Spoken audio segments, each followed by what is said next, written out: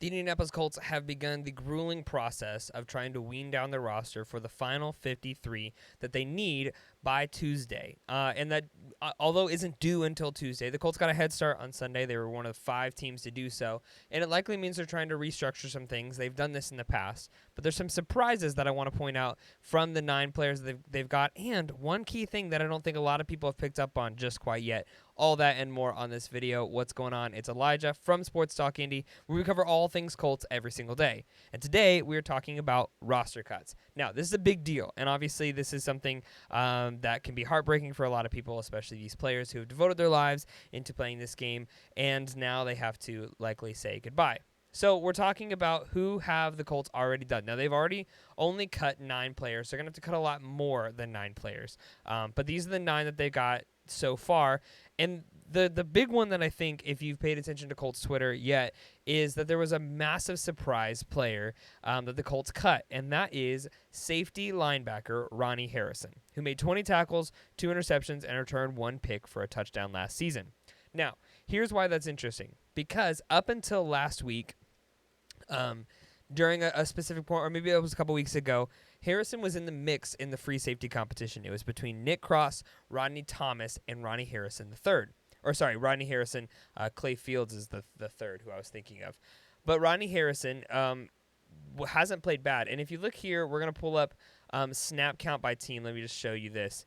This is what percentage every player played. And obviously you see he's not listed here at safety, even though his position is a safety. But he instead was over here. It started at week 12, started playing linebacker for the Indianapolis Colts. So they were experimenting a little bit with him, and it very quickly jumped from 12% of snaps immediately up into 97%, obviously replacing Shaquille Leonard and E.J. Speed in the injury. Then dropped back down to 7% as E.J. Speed was healthy, and then 15, 97, and 98%. So he played quite a bit of snaps there for about 4 games. Recorded 20 tackles in those 4 games, 2 interceptions and 1 pick six. So not a bad deal, and I think that this was surprising because at worst case scenario, it gave the Indianapolis Colts quite a bit of depth in a position where they need as much depth and experience as they can get. But alas, the Colts decided that they were going to drop him, and what likely is going to happen is exactly what happened with Isaiah McKenzie last season, where the Colts dropped him, and then are going to bring him back on a practice squad deal, or might even bring him back to the roster come next week or something. But there's a reason that this is interesting, is that, again, Ronnie Harrison was in the mix for a starting spot at safety. You can see right here in this guy right here, at starting spot at safety, even after a tryout free safety, and he did not necessarily offer the same value as special teams as other players. It's just surprising. I think this is a guy who, at worst, you just thought he was going to be a backup. He was going to provide some depth in a key position. He knew the defense and all that. But he was one of 9 cuts on Sundays made before Sunday's practice, so they practiced today.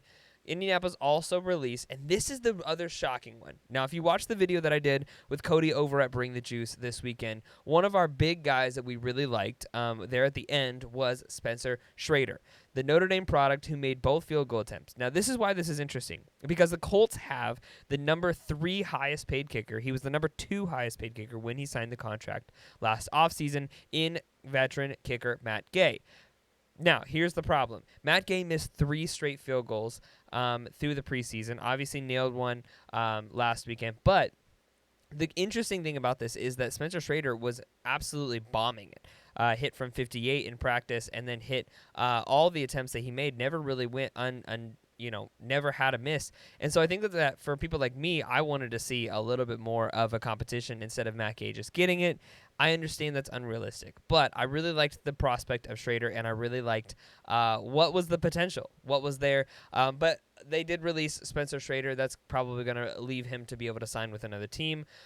They have to make 29 more moves before to get down to the final 53. A lot of moves, likely more than half, will not be permanent. So let's talk about the 9 moves, because it's important to know who all the Colts have already gotten dropped or will later bring back to practice squad, because practice squad doesn't open up just quite yet. So they're going to drop them, and then a lot of these guys will come back to practice squad. So let's talk about it.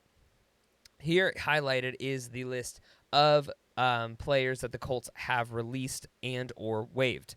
The first one is Tyree Cleveland. Had a decent preseason, decent training camp. Wasn't anything crazy. Ronnie Harrison, obviously the big surprise. Derek Rivers, I was a little surprised at this. They just brought him in a couple weeks ago. He impressed quite a bit, but obviously the defensive line is one that the Colts have a significant amount of depth on. And so that's, that's not super surprising, but I think I was a little shocked. Greg Ward was a guy they just brought in last week.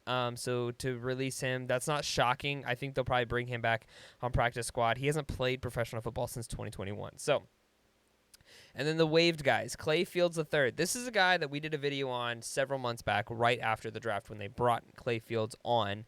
And this is a guy who can play linebacker, can play cornerback. I really think Clay Fields will come back. He dealt with some injuries earlier in the summer, so I think that that's probably a lot of the reasons why he didn't get not a fair shot, but he just didn't get the same amount as everyone else.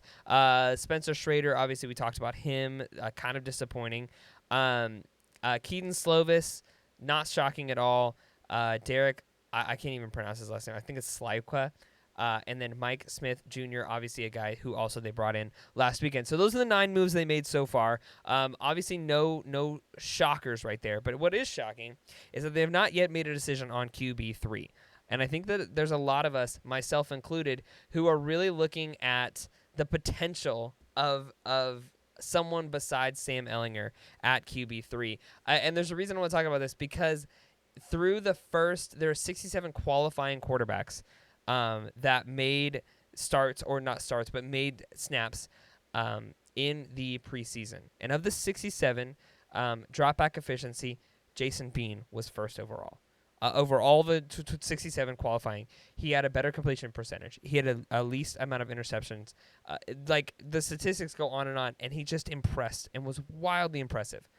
I think it's time for the Colts to look at Jason Bean being QB3 and being QB2 after the season. He has looked really, really good so far in this preseason. Every opportunity he's gotten in training camp, in joint practices, in preseason games, he's looked absolutely phenomenal. And I think it's time for the Colts to make a significant push towards Jason Bean being QB3 and letting Sam Ehlinger walk. I think Sam Ehlinger is going to be a great backup somewhere. Honestly, I think he could be QB2 in a lot of other situations.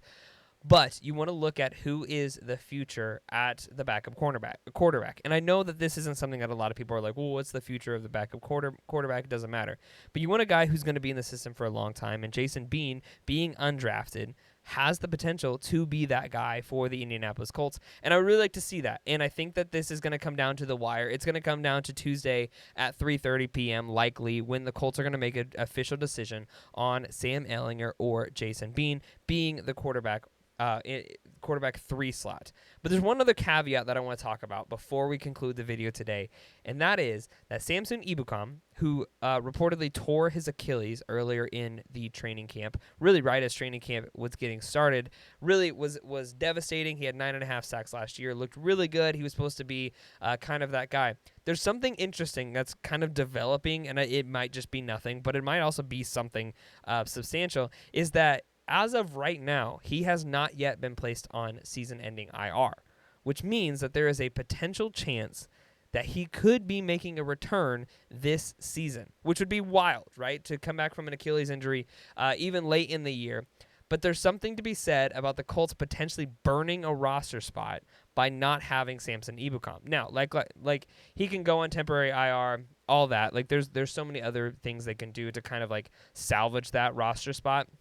But it is interesting to note that they have not yet placed the IR tag on him, nor have the Indianapolis Colts themselves officially confirmed the injury that was reported. Now, obviously, guys like Schefter and Rappaport were the ones that reported it, so there's credible reason to believe that Samson Ebukam is going to be out for at least a significant amount of time.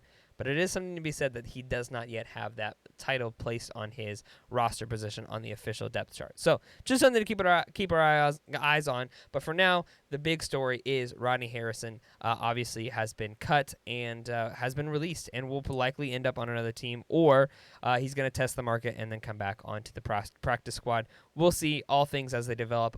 We'll keep you updated. But for now, we'll see you on the next one.